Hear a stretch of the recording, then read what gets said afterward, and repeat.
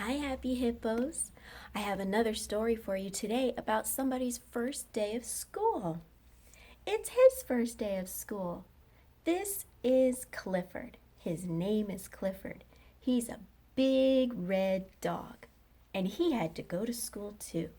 Let's see what he did. The title of his book is Clifford's First School Day.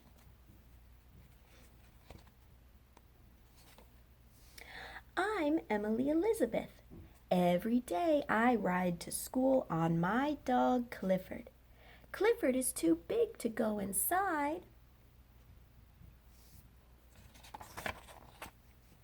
Clifford hasn't been inside a school since he was a tiny puppy. I took him one day for show and tell.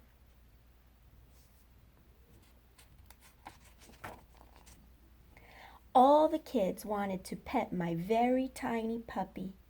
Miss Pearson liked him too, but she said it was time to begin our day. First, she put out the finger paint. I love finger painting. Clifford got right up on the table. He sniffed the yellow paint. Oh my, the jar tipped over. Clifford found out that paint is very slippery. Miss Pearson said Clifford was a good artist. He made a beautiful yellow picture. That's the only color paint he used. Yellow. He was slipping and sliding all over his paper. We couldn't leave Clifford all covered with paint. Miss Pearson thought that some water play might be a good way to get him clean. Tim made a boat out of a milk carton. Clifford was a perfect captain for the boat.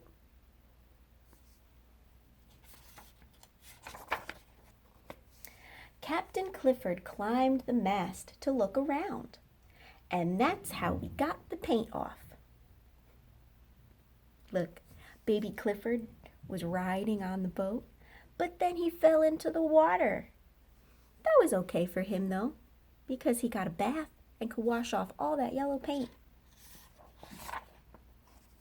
Miss Pearson dried him off. She said we were going to make cookies next and Clifford could watch. That would keep him out of trouble. While Miss Pearson rolled out the cookie dough, Clifford got curious about the bag of flour. Oops! Clifford made another mess. Miss Pearson said it might be a good idea for Clifford to play outside. We all went out to the playground. I thought Clifford would enjoy the slide. He wiggled out of my hands and went down the slide by himself.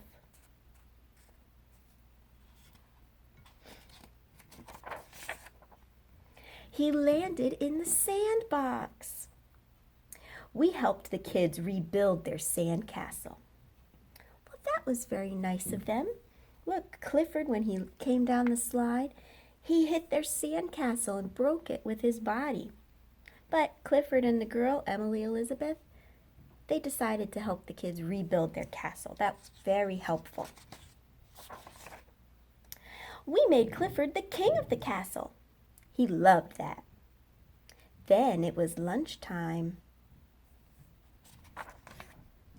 I shared my sandwich and dessert with Clifford. He gobbled up his sandwich, but he didn't know how to eat the dessert. Poor Clifford chased the wiggly cubes all over the floor. The other kids thought that was funny. Miss Pearson said it was time for Clifford to go home and have a real lunch. She told me to bring him back to school when he was a little bigger. She should see him now. Look at how big he is now, and how tiny he was a long time ago. Small Clifford, big Clifford. The end.